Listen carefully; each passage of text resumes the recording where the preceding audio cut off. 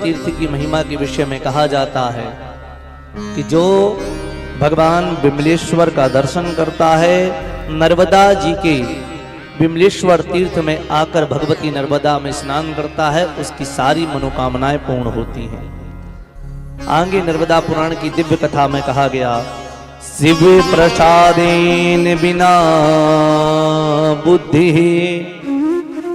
शिव प्रसादेन बिना न युक्ति, शिव प्रसादेन बिना न सिद्धि, शिव प्रसादेन बिना न मुक्ति। भगवान शंकर की कृपा के बिना ना तो उत्तम बुद्धि की प्राप्ति होती है और भगवान शंकर की कृपा के बिना ना तो हमें युक्ति ही सूझती है। किसी कार्य को करने के लिए सद्बुद्धि भगवान शिव की कृपा से ही प्राप्त होती है और भगवान शंकर की कृपा से ही सिद्धि की प्राप्ति होती है। और भक्तों, भगवान शंकर के प्रसाद से ही, शिव प्रसादेन बिना न मुक्ति, भगवान शंकर के प्रसाद के बिना मुक्ति मिलने वाली नहीं है। आगे नर्मदा पुराण के अंतर्गत दारू तीर्थ की महिमा आती है। ध्यान देना, दारू शब्द में श्लेष है।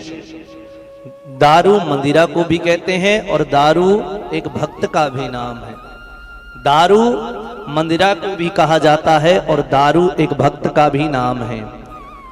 कहा गया, नर्मदा उत्तरे कुले तु दारू तीर्थ मनस मना, यत्र सिद्धो महाभाग तपस्त्वा दुजोत्तमा। श्री मार्कंडेय ऋषि धर्मराज युधिष्ठिर से कहते हैं कि हे धर्मराज युधिष्ठिर, एक दारू तीर्थ है। भक्तों ध्यान देना, ये नर्मदा के उत्तर तट पर है।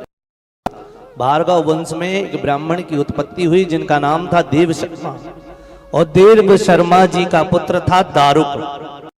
भगवान शंकर के शिवलिंग का निर्माण किया और उस शिवलिंग पर नर्मदा जी के जल का अभिषेक कर उत्तम सिद्धि बुद्धि को प्राप्त किया और ये भगवान शिव का अनुचर हुआ। बोलिए दारुक तीर्थ की जय, बोलिए नर्मदा मैया की। नर्मदा पुराण के अंतर्गत आगे ब्रह्म वैवर्त तीर्थ की महिमा आती है। भक्तों ध्यान देना, श्री नर्मदा पुराण कल ही मैंने बताया था कि यात्रा वृत्तांत है। कौन सा वृत्तांत है? यात्रा वृत्तांत। जो नर्मदा जी की परिक्रमा कर लेते हैं उनको नर्मदा जी के सामुच्च, नर्मदा जी के तट पर जो स्थान विराजमान है, उन स्थानों की महिमा ही नर्मदा पुराण में वर्णन की गई है। भक्तों, ब्रह्म वैवर्त तीर्थ, यहाँ पर ब्रह्मा जी ने आकर भगवती नर्मदा के पावन पुनीत तट पर ब्रह्मा जी ने भी आकर तपस्या की है। कहा गया, ततो गच्छेन्द्र राजेन्द्र तीर्थ त्रिलोक विश्रुतम ब्रह्म वैवर्तमिति ख्यातम सर्व पाप प्रणाशनम।